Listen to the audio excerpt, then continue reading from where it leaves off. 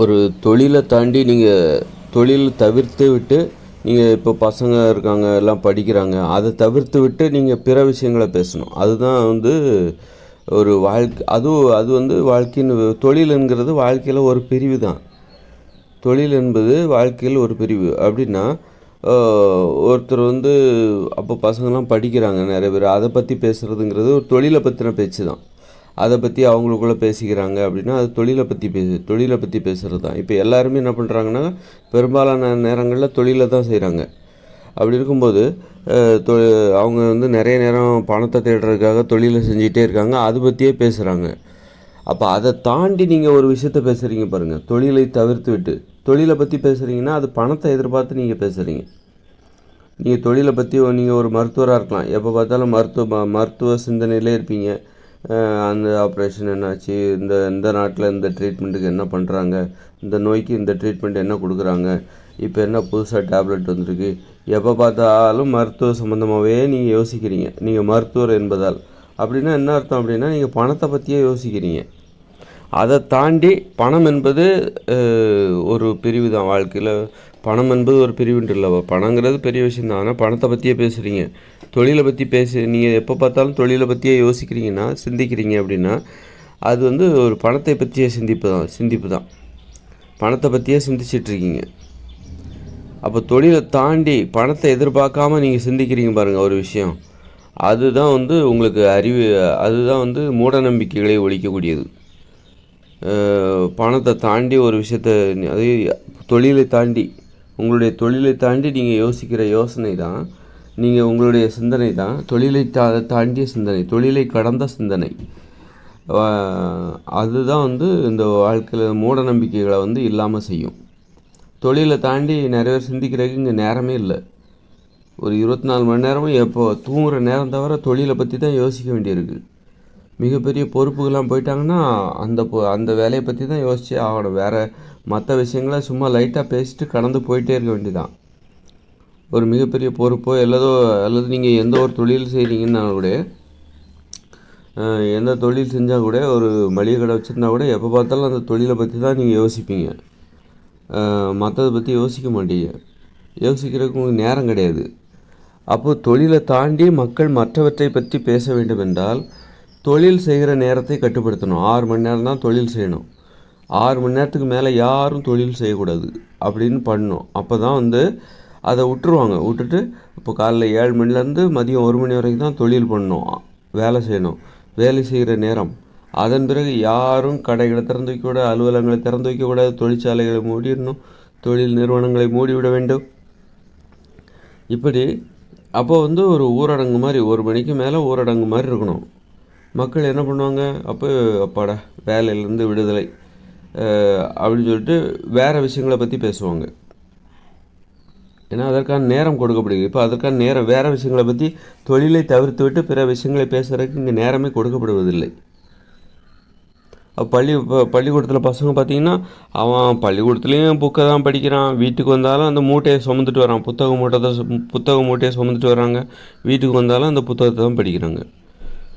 அப்புறம் tuition, any time அவன் அது பள்ளி படிப்புங்கிறது ஒரு தொழில், ஆரம்பகட்ட தொழிற்பயிற்சி நிலையம்தான். பள்ளிக்கூடம் கல்லூரிகள்லாம் ஒரு ஆரம்பகட்ட தொழிற்பயிற்சி நிலையம்தான் அதெல்லாம். அப்படி இருக்கும்போது பள்ளிக்கூடத்துலேயும் அதை தான் படிக்கிறாங்க. அப்புறம் அந்த மூட்டையை வீட்டுக்கு தூக்கிட்டு வராங்க, வீட்டில் வந்த பிறகும் அதை தான் படிக்கிறாங்க. அதனால் பள்ளிக்கூடத்துலேயே புத்தகத்தை வச்சுட்டு வந்துடணும். வீட்டுக்கு வந்த பிறகு வேறு விஷயங்களில் நீ பேசு. உங்கள் வீட்டில் உள்ள விஷயம் நிறைய விஷயம் இருக்கும், அல்லது விளையாட்டை பற்றி பேசு, உன் நண்பர்களோட போயிட்டு விளையாட்டை பற்றி பேசு, தோழிகளோட விளையாட்டை பற்றி பேசு, கலைகளை பற்றி பேசு, வேறு அது மாதிரி சமூகத்தில் உள்ள சமூக விஷயங்கள், அக்கம் பக்கத்தில் வச்சு, இப்படி படிப்பு சம்மந்தம் இல்லாத பிற விஷயங்களை பேசுவதற்கு அவர்களுக்கு அங்கீகாரம் கொடுக்க வேண்டும், அனுமதி கொடுக்க வேண்டும், அதற்கு ஒரு மரியாதை கொடுக்க வேண்டும். நீ படிப்பை பற்றி மட்டுமே எப்போவும் பேசிகிட்டு இருந்தால் தான் நீ நல்ல பையன், நல்ல பொண்ணு. படிப்பை பற்றி மட்டுமே எப்போதும் படிப்பு, மற்ற எல்லாத்தையும் தியாகம் பண்ணுறது. படிப்பு தான் அங்கே முக்கியம். மற்ற விஷயத்தை தியாகம் பண்ணிட்டா நீங்கள் வந்து பெரிய மாணவர்கள், உடனே உங்கள் வீட்டில் எல்லோரும் ஒன்று புகழ்ந்து பேசுவாங்க. ஏன்னா நீ நல்லா படித்து பின்னாடி பணத்தை தான் சம்பாதிக்க போகிற. அதனால் அது பணத்திற்காக நீ மற்றவற்றை தியாகம் செய்யும்போது இங்கே அதற்கு உனக்கு மரியாதை கொடுக்கப்படுகிறது. அதனால் நீங்கள் பணத்தை தாண்டி நீங்கள் பிற விஷயங்களை பேசணும். ஒரு இன்ஜினியர் இருக்கார், அவர் வந்து பிற விஷயங்களை பேசணும். அவருக்கு நிறைய பிற விஷயங்கள் தேவைப்படும். இன்ஜினியரிங்கை தவிர்த்து விட்டு அவர் கட்டிட பொறியாளர்னு வச்சுக்கோங்க. கட்டிட பொறியாளரை கட்டிட பொறியியல் பற்றி அவர் சிந்தித்து விட்டு பிற விஷயங்களை பேசணும். அதை தவிர்த்து விட்டு பிற விஷயங்களை பேசணும். நிறைய விஷயம் இருக்குங்க. ஆண் பெண் சமத்துவம், அப்புறம் வந்து பாலியல் விழிப்புணர்வு, அப்புறம் வந்து உடல் ஆரோக்கியம், எந்த உணவு சம்மந்தமானது, இப்படி நிறைய விஷயத்த அவர் தெரிஞ்சவங்களோட பேசணும். தெரிஞ்சவங்க, நண்பர்கள், அப்படி எல்லாத்தையும் பேச வேண்டியிருக்கு. குடும்பத்தார்கிட்ட பேச வேண்டியிருக்கு, உறவினர்கள்ட்ட பேச வேண்டியிருக்கு. இப்படி ஆனால் இப்போ அதுக்கு நேரம் இல்லை. எல்லாத்தையும் தொழில்ங்கிறது என்ன பண்ணிடுச்சுனாக்கா, தொழில் வந்து நமது வாழ்க்கை முழுவதையும் ஆக்கிரமித்து கொண்டது, ஆதிக்கம் செலுத்துகிறது, அனைத்து நேரங்களையும் கைப்பற்றி விட்டது. தொழில்ங்கிறது வாழ்க்கையில் ஒரு பிரிவு தான். ஆனால் அது என்ன பண்ணுதுனாக்கா, வாழ்க்கையின் மற்ற பிரிவுகள் இருக்குது, நிறைய பிரிவு இருக்குது. வாழ்க்கையில் நிறைய பிரிவு, தொழில், விளையாட்டு, கலைகள், காதல், குடும்பம், கூட்டு குடும்பம், உறவு முறை, நட்பு முறை, வேட்டை, இப்படி நிறைய வாழ்க்கையில் நிறைய பிரிவு இருக்குது. இந்த தொழில் வந்து என்ன பண்ணிச்சு, நம்ம ஒவ்வொரு பிரிவுக்கும் ஒரு நேரம் கொடுக்கணும். தொழிலுக்கு எப்படி 6 மணி நேரத்தை செலவழிக்கணுமோ அதே மாதிரி நீங்கள் விளையாட்டுக்கு 1 மணி நேரம், காதலுக்கு 1 மணி நேரம், குடும்பத்துக்கு 1 மணி நேரம், இப்படி கலைகளுக்கு 1 மணி நேரம், கலைப்படைப்பு திறனை வெளிப்படுத்துவதற்காக 1 மணி நேரம், இப்படி அதற்குன்னு நேரத்தை நம்ம செலவிடணும். அப்போ தான் அந்த பிரிவுகளுக்கு நாம் கொடுக்குற மரியாதை அது. ஆனால் நம்ம என்ன பண்ணுறோம், இன்றைக்கி தொழில் வந்து எல்லாத்தையும் ஆதிக்கம் செலுத்தி விட்டது. தொழிலுக்கு மட்டும்தான் நாம் நேரம் செலவிடுகிறோம், மற்றவற்றுக்கு நேரம் செலவிடுவதில்லை, மற்றவற்றை பற்றி சிந்திப்பதில்லை, மற்றவற்றை பற்றி பேசுவதில்லை. அப்போ அதனால தான் இங்கே மூட நம்பிக்கைகள் அதிகரித்து விட்டது. ஏன் வந்து இவ்வளோ முன்னேறி இருக்குது, அப்போ ஏன் மூட நம்பிக்கைகள் அதிகரிச்சுன்னா, மற்றவற்றை பற்றி, தொழிலை கடந்து மற்றவற்றை பற்றி பேசுவதற்கு இங்கே யாருமே தயாராக இல்லை. அவர்களுக்கு நேரம் இல்லை, அவர்கள் அதற்காக அனுமதிக்கப்படவில்லை. அதற்கு அங்கே சட்டம் போடணும். ஒவ்வொருத்தரும் இதை ஒரு அவங்களா நினச்சிக்கிட்டு ஒரு விஷயத்தை பண்ணவே முடியாது. நம்ம வந்து தொழிலை கடந்து பிற விஷயங்களை பேசணும், அதுக்காக சிந்திக்கணும், அதுக்காக நேரத்தை கொடுக்கணும் அப்படின்னு சொல்லிட்டு யாரும் ஒவ்வொருத்தரும் சுயமுயற்சியின் அடிப்படையில் அவங்க வாழ்க்கையை சரியாக அமைச்சிக்க முடியாது. எல்லாருக்கும் ஒரு ஒத்துழைப்பு தேவை. அது ஈஸியாக இருக்கணும். அவங்க நினைக்கிற ஒரு வாழ்க்கை, எல்லாவற்றையும் பற்றி நம்ம யோசிக்கணும். தொழிலை கடந்து வாழ்க்கையின் பிற எல்லா விஷயங்களையும் பற்றி நம்ம யோசிக்கணும், அதற்கு நேரம் கொடுக்கணும், அதுக்கு பேசணும், அதை பற்றி பேசணும். அப்படின்னா அது இங்கே எளிதாக இருக்க வேண்டும். அப்போ எல்லாருமே அது போன்ற ஒரு வாழ்க்கையை வாழ்கிறார்கள் என்றால் அப்பொழுது தான் அது எளிதாக மாறும். எல்லாருமே அப்போ அது வந்து சட்டம் போட்டு தான் என்ன பண்ணோம், காலைல 7 மணிலேருந்து 6 மணி வரைக்கும் தான், இல்லை காலைல 7 மணிலேருந்து மதியம் 1 மணிக்கு தான் தொழில் செய்கிற நேரம். அதன் பிறகு யாரும் வேலை செய்யக்கூடாது. வெளியில் வாங்க, வீட்டுக்கு போங்க, தூங்கு, 1 மணி நேரம் தூங்கு, 2 மணி நேரம் தூங்கு, அதுக்கப்புறம் போய் விளையாடப்போ, 1 மணி நேரம் விளையாடப்போ, அப்புறம் 1 மணி நேரம் கலைப்படைப்பு திறனை வெளிப்படுத்து, அப்புறமா காதல், குடும்பம், நட்பு முறை, இப்படின்னு சொல்லிட்டு பிற விஷயங்களை, உடல் ஆரோக்கியம், உணவு விஷயம், இப்படி பிற விஷயங்களை பற்றி பேசுவதற்கு நாம் அவர்களுக்கு அனுமதி கொடுக்கும் பொருட்டு, அதை நிர்பந்தப்படுத்தும் பொருட்டு அதற்காக நேரத்தை ஒதுக்க வேண்டும், கட்டாயப்படுத்தணும். நீ வந்து 1 மணிக்கு வேலை முடிஞ்சு வீட்டுக்கு வந்துட்டியா, ஒரு 1:30க்கு வீட்டுக்கு வந்துட்டியா, 1:30லேருந்து ஒரு 3 மணி வரைக்கும் தூங்கு, 3 to 4, 4:30 வரைக்கும் கூட விளையாடு, அப்புறமா 4:30 வரைக்கும் விளையாடு, 4:30 to 5:30 வரைக்கும், 4:30லேருந்து 5:30 வரைக்கும் கலைப்படைப்பு திறனை வெளிப்படுத்துகிற கலை பூங்காவுக்கு கட்டாயப்படுத்து. நீ எப்படி ஆஃபீஸ்க்கு வந்தால் நீ வேலை பார்க்குற இடத்துக்கு போனால் உனக்கு வந்து அட்டண்டன்ஸ் போடுறாங்களோ, வருகை பதிவு செய்கிறாங்களோ, அதே மாதிரி தான் நீ விளையாடுவதற்கு போனால் அங்கே உனக்கு அட்டண்டன்ஸ் போடுவாங்க. ஒவ்வொரு தெருவிலும் 50 ஆண்களுக்கு ஒரு விளையாட்டு மைதானம், 50 பெண்களுக்கு ஒரு விளையாட்டு மைதானம். அந்த விளையாட்டு மைதானத்தை ஒருத்தர் பார்த்துக்கணும். அவர் என்ன பண்ணணும், யாரெல்லாம் அந்த தெருவில் உள்ள எல்லாருமே வராங்களா, இவர் ரொம்ப நாளாக விளையாடவே வர்றதில்லைங்க, என்னன்னு பாருங்கள், அவரை பிடிச்சி தூக்குங்க. அப்போது அந்த மாதிரி ஒரு விளையாட்டாக இருந்தாலும் அதை கட்டாயப்படுத்தணும். அதுக்கு ஒரு முக்கியத்துவம் கொடுங்க. பணம் தான் இங்கே முக்கியத்துவம், அதை பணத்தை சம்பாதிக்கிற தொழில் தான் முக்கியத்துவம், அதை பற்றி தான் நீ பேசணும், அதை பற்றி சிந்திக்கணும்.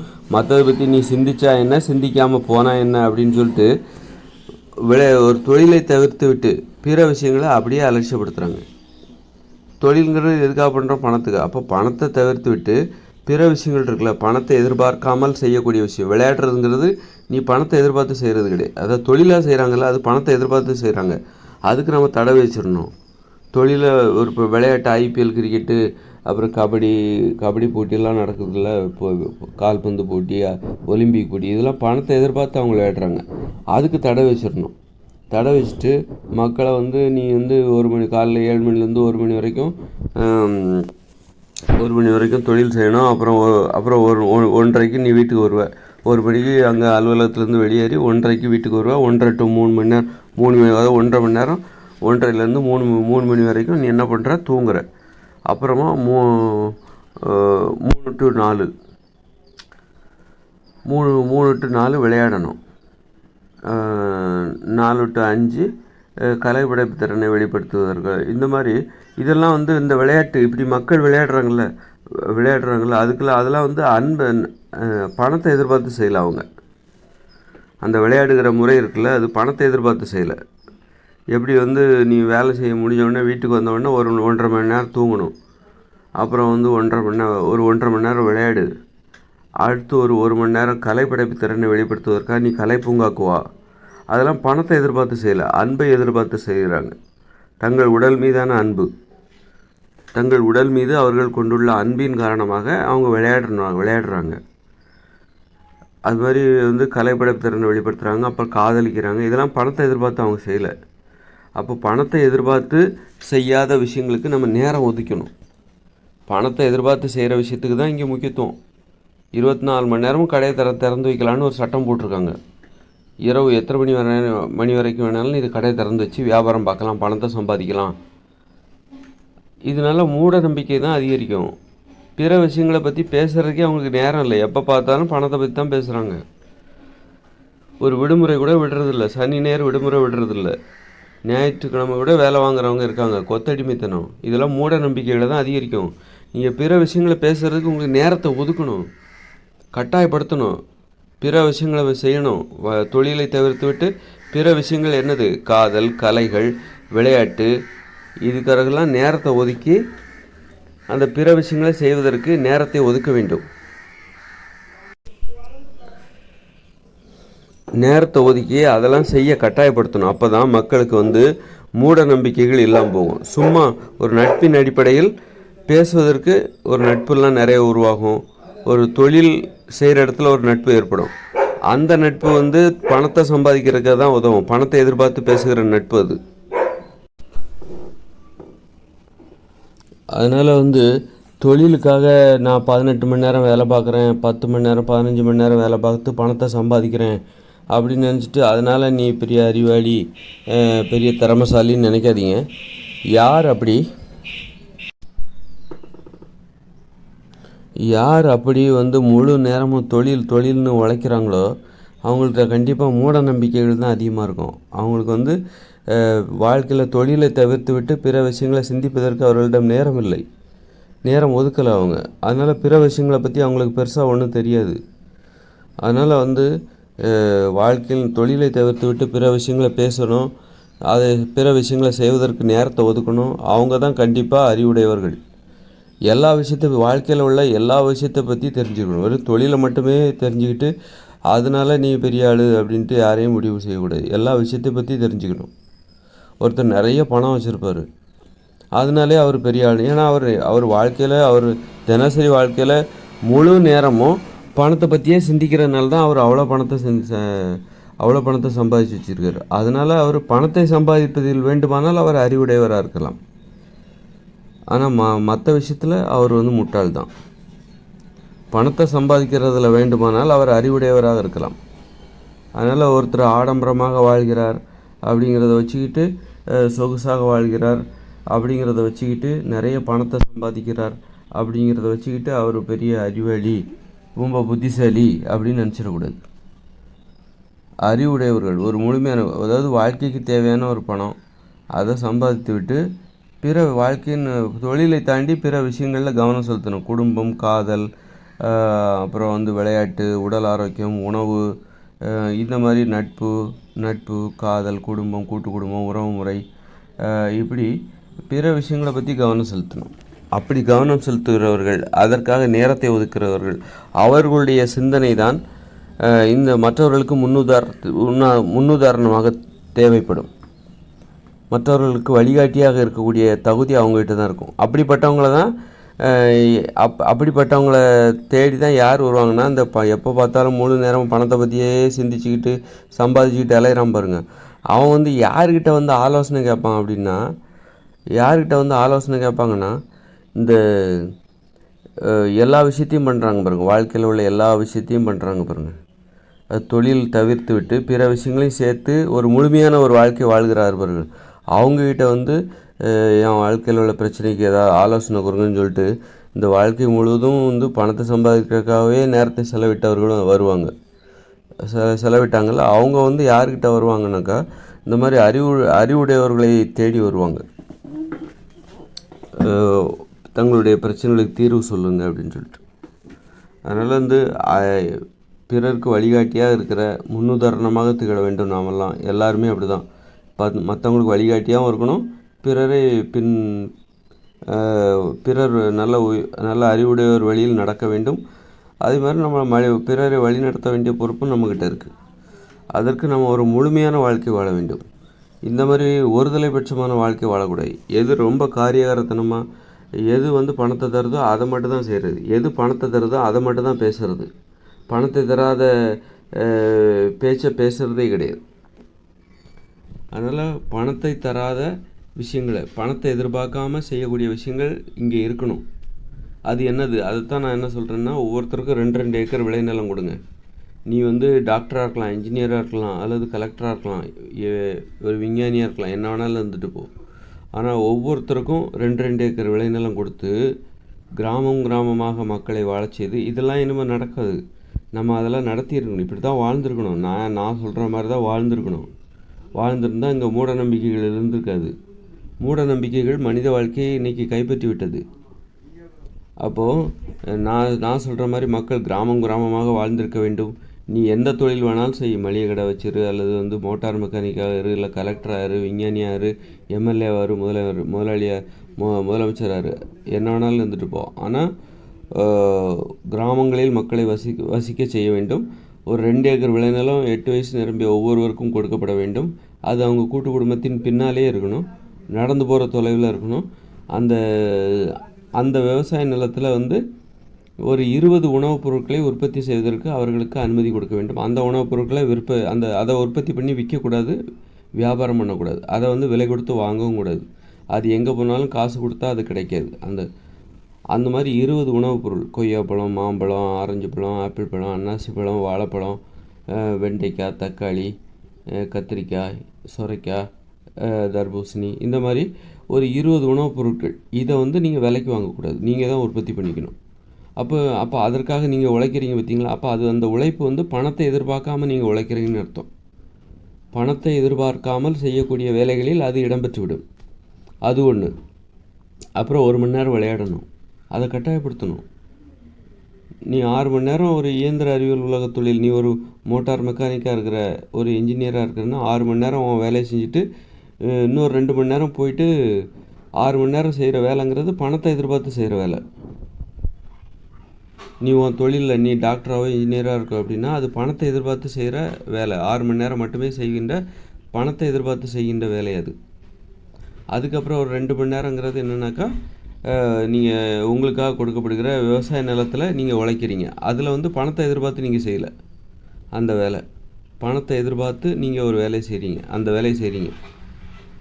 பணத்தை எதிர்பார்த்து செய்யலை, பணத்தை எதிர்பார்க்காமல் செய்கிறீங்க. அந்த விவசாய நிலம் இருக்குல்ல, 2 ஏக்கர் விளைநிலம் உங்களுக்காக கொடுக்கப்படுகிறது அல்லவா, அதில் நீங்கள் உழைக்கிற உழைப்பு என்பது பணத்தை எதிர்பார்க்காமல் நீங்கள் செய்கிற உழைப்பது.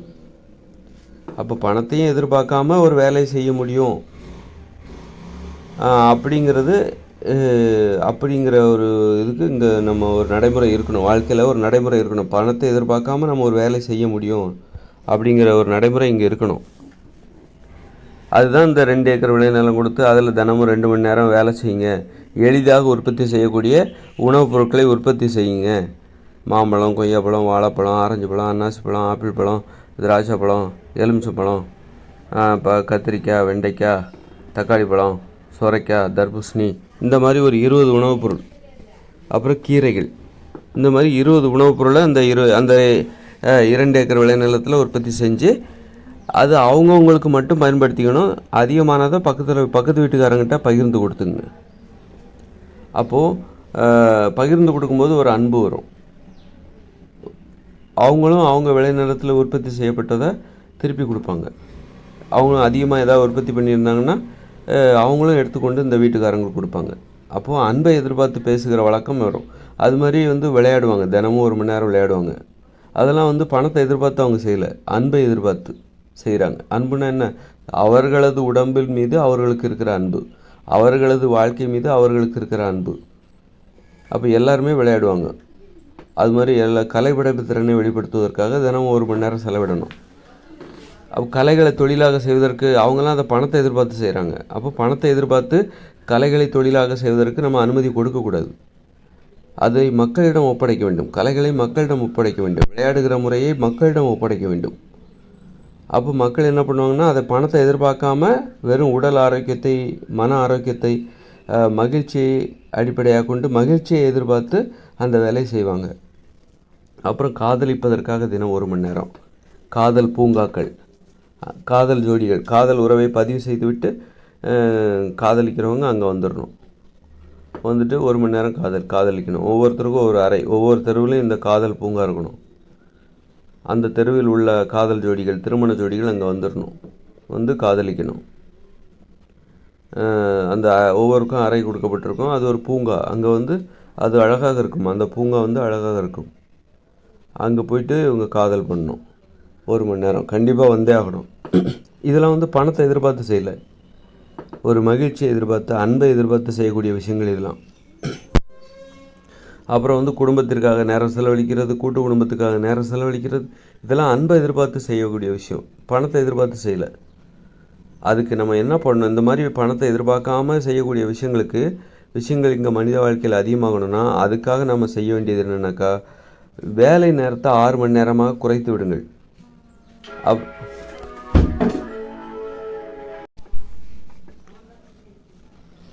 அதனால் காதல், விளையாட்டு, கலைகள் இதெல்லாம் கட்டாயப்படுத்தணும். இதெல்லாம் தொழில் செய்வதற்காக அனுமதிக்கக்கூடாது. விளையாட்டு வீரர்களை ஒலிம்பிக்கு, இந்த மாதிரி தேசிய தடகளம், இப்படிலாம் விளையாடுறதே தொழிலாக செய்கிறாங்க பாருங்கள். அவங்ககிட்ட விளையாட்டை பிடுங்கி மக்கள்கிட்ட கொடுக்கணும். இந்த சினிமா, சீரியல்லாம் நடிக்கிறாங்க பாருங்கள், கலைகளை தொழிலாக செய்கிறவர்கள், ஓவியர்கள், கவிஞர்கள், இவர்கள்ட்ட விளையாட்டை பிடுங்கி மக்கள்கிட்ட கொடுக்கணும். மக்கள்கிட்ட கொடுத்து யாரும் அதை தொழிலாக செய்யக்கூடாது. அப்போ தான் பணத்தை எதிர்பார்க்காம செய்கிற வேலைகள் இங்கே அதிகமாகும். அப்போ தான் மக்கள்கிட்ட நட்பு, அப்போ தான் நட்பே உருவாகும். நீங்கள் விளையாடும்போது, கலைப்படைப்பு திறனை வெளிப்படுத்தும் போது, அப்போ பணத்தை எதிர்பார்க்காம நீங்கள் மக்களிடம் பேச பழகுவீங்க. இவங்க பணத்தை எதிர்பார்க்காம மக்கள்கிட்ட பேச பழகுவீங்க. ஒவ்வொருத்தருலையும் விளையாட்டு மைதானம், கலை பூங்காக்கள், காதல் பூங்காக்கள் எல்லாமே இருக்கணும்.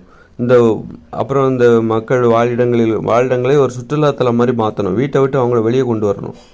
ஒரு சுற்றுலாத்தலம் எவ்வளோ அழகாக இருக்கும், அதே மாதிரி மக்கள் வாழிடங்களை ஒரு சுற்றுலாத்தலமாக மாற்ற வேண்டும். இருக்கைகள், அங்கங்கே இருக்கைகள் அமைக்க வேண்டும். அங்கங்கே இருக்கைகள், நல்ல மரங்கள், அதை அழகுபடுத்துவதில் ஒரு கவனம் செலுத்த வேண்டும். அப்போ தான் மக்கள் வீட்டை விட்டு வெளியே உட்காந்து பேசுவாங்க, அங்கங்கே உட்காந்து பேசுவாங்க, விளையாடுறதுக்கு வருவாங்க. இப்படி வீட்டை விட்டு அவர்களை வெளியே கொண்டு வர வேண்டும். அப்போ வீடுகளை ஆடம்பரமாக மாற்றக்கூடாது. வீட்டுக்குள்ளே ஒரு உலகத்தை உருவாக்குற மாதிரி வீடுகளை ஆடம்பரமாக மாற்றி அங்கே அவர்கள் இது பண்ணக்கூடாது. அப்புறம் நீச்சல் குளம், ஒவ்வொரு தெருவுலையும் நீச்சல் குளம் இருக்கணும். யார் தனிப்பட்ட முறையில் நீச்சல் குளம் உருவாக்க அனுமதிக்கக்கூடாது. அப்போ நீச்சல் குளத்துக்கு அந்த தெருவில் உள்ளவங்கலாம் வருவாங்க. அதன் மூலம் அங்கே நட்பு ஏற்படும், உறவுமுறை ஏற்படும், பேசுவாங்க, பணத்தை எதிர்பார்க்காமல் பேசுவாங்க, அன்பை எதிர்பார்த்து பேசுவாங்க. இப்படி வாழச் செய்வதனால் மூலம் மட்டுமே மூடநம்பிக்கைகளை ஒழித்திருக்க முடியும். மூடநம்பிக்கைகள் இன்றைக்கி ஏன் அதிகமாகி போச்சு? இவ்வளோ முன்னேற்றம் ஏற்பட்டு போச்சு. ஆனால் ஏன் மூடநம்பிக்கைகள் அதிகமாச்சுனாக்கா, தொழிலை தவிர்த்து விட்டு, பணத்தை தவிர்த்து விட்டு பிற விஷயங்களை அவங்க செய்கிறதும் இல்லை, பேசுகிறதும் இல்லை, அதற்காக நேரம் ஒதுக்குவதும் இல்லை, அதற்கென ஒரு சட்டமே இல்லை. மக்கள் நீ முழு நேரம் 24 மணி நேரம் பணத்தை சம்பாதிக்கிறதுக்காக நீ பயன்படுத்தி கொள்ளலாம் அப்படிங்கிற மாதிரி ஒரு கட்டுப்பாடற்ற ஒரு வாழ்க்கை, ஒழுக்கமற்ற ஒரு வாழ்க்கை, ஒழுங்கீனமான ஒரு வாழ்க்கை, அதுதான் மூடநம்பிக்கைகளை அதிகரிப்பதற்கே காரணம். அதனால் வெறுமனே நீங்கள் மூடநம்பிக்கைகளை ஒழிக்கிறேன்னு சொல்லிட்டு பிரச்சாரம் பண்ணிக்கிட்டு போராட்டம் நடத்திட்டு இருந்தீங்கன்னா மூடநம்பிக்கைகளை ஒழிக்க முடியாது. அதற்கு பதிலாக மூடநம்பிக்கைகளை ஒழிக்க வேண்டுமானால் அதற்கு பதிலாக நீங்கள் செய்ய வேண்டியது என்னவென்றால், போய் எங்கள் தெருவுக்கு விளையாட்டு மைதானம் வேண்டும், எங்கள் தெருவில் கலை பூங்காக்கள் வேண்டும், எங்கள் தெருவில் காதல் பூங்காக்கள் வேண்டும் அப்படின்னு சொல்லிட்டு நீங்கள் போராட்டம் நடத்தணும். 6 மணி நேரம் மட்டும்தான் வேலை நேரம், காலை 7 மணிலேருந்து 1 மணி வரைக்கும் தான் வேலை நேரம், காலை உணவு வேலை செய்கிற இடத்துல கொடுத்துடணும், மதிய உணவு வேலை செய்கிற இடத்துல கொடுத்துடணும் அப்படின்னு சொல்லிட்டு நீங்கள் போராடுங்க. மதியம் 1 மணிக்கு மேலே யாரும் யாரும் தொழில் செய்யக்கூடாது, எல்லோரும் வீட்டுக்கு வந்துடுங்க. இந்த மாதிரி பிரச்சாரம் பண்ணுங்கள், மூட நம்பிக்கைகள் ஒழிந்துவிடும். பள்ளிக்கூடத்தில் மட்டும்தான் புத்தகங்கள் இருக்கணும், வீட்டுக்கு வரும்போது கை வீசிட்டு வரணும், பள்ளிக்கூடத்துக்கு போகும்போதும் கை வீசிட்டு போகணும். இந்த மாதிரி நடைமுறைகளை கொண்டு வருவதற்காக நீங்கள் போராடுங்க. அப்போ தான் மூட நம்பிக்கைகள் ஒழியும். சும்மா மூட நம்பிக்கைகள் ஒழியணும், கருத்து போராட்டத்தில் ஈடுபட்டுருக்கக்கூடாது, கருத்து போர்களில் ஈடுபட்டு கொண்டு இருக்கக்கூடாது. செயல்களில் அது எப்படி சாத்தியமாக்குவது? ஏன் மூட நம்பிக்கைகள் ஏற்பட்டுச்சு? சும்மா வாக்குவாதம் பண்ணிக்கிட்டு ஒரு சண்டை போட்டுக்கிட்டு ஒருத்தர் குற்றம் சொல்லிக்கிட்டு கோபத்தை வெளிப்படுத்தி கொண்டு இருந்தால் மூட நம்பிக்கைகளை ஒழித்து விட முடியாது. மூட நம்பிக்கையாளர்கள் தான் வெற்றி பெறுவார்கள். மூட நம்பிக்கையாளர்களை வீழ்த்த வேண்டும், மூட நம்பிக்கைகளை வீழ்த்த வேண்டும், ஒழிக்க வேண்டும். மூட நம்பிக்கை ஒரு நோய், அதை ஒழிக்கணும் அப்படின்னா அதற்காக நான் செய்ய வேண்டிய நடைமுறைகளை தான் நான் என்னுடைய வீடியோக்களில் சொல்லிக்கிட்டு வரேன். அதனால் அதை ஃபாலோ பண்ணாமல் நீங்கள் வேறு எதை பண்ணாலும் மூட நம்பிக்கையோட ஒழிக்க முடியாது. நான் சொல்கிறத செய்கிறதுக்கு துணிவு வேணும்ல, இருக்கா?